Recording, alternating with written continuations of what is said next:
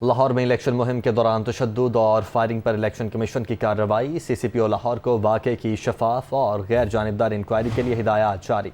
तशद्दुद और फायरिंग की तफसीली इंक्वायरी रिपोर्ट फौरी मुरतब की जाए। डिस्ट्रिक्ट मॉनिटरिंग ऑफिसर का यह कहना है। ज़ाब्ता अखलाक की खिलाफ वर्जी करने वालों के खिलाफ कार्रवाई को यकीनी बनाया जाएगा। सूबाई इलेक्शन कमिश्नर पंजाब की जानिब से यह कहा जा रहा है। तो लाहौर में इलेक्शन मुहिम के दौरान तशद्दुद और फायरिंग पर इलेक्शन कमीशन की कार्रवाई। CCPO लाहौर को वाक़े की शफाफ और गैर जानिबदार इंक्वायरी के लिए हिदायत जारी कर दी गई हैं।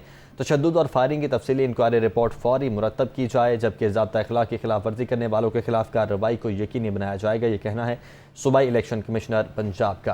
हमारे साथ मोहम्मद इशफाक मौजूद हैं। इशफाक, ये वाक़े की शफाफ और गैर जानिबदार इंक्वायरी की हिदायत तो की गई है, कोई टाइम फ्रेम दिया गया?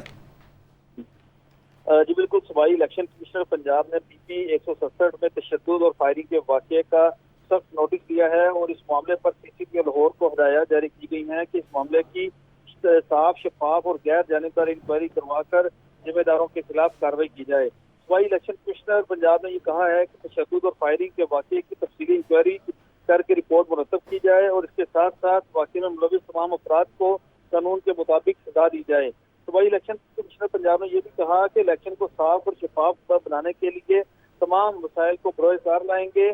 पुलिस हुकाम को ज़ाब्ता अखलाक पर सख्ती से अमल दरामद यकीनी बनाने की हिदायत जारी कर दी गई हैं। ज़ाब्ता अखलाक की खिलाफ वर्जी करने वालों के खिलाफ भी कार्रवाई की जाए और इस हवाले से सूबाई इलेक्शन कमिश्नर पंजाब ने CCPO लाहौर को हिदायत जारी कर दी। ठीक है, बहुत शुक्रिया आपका।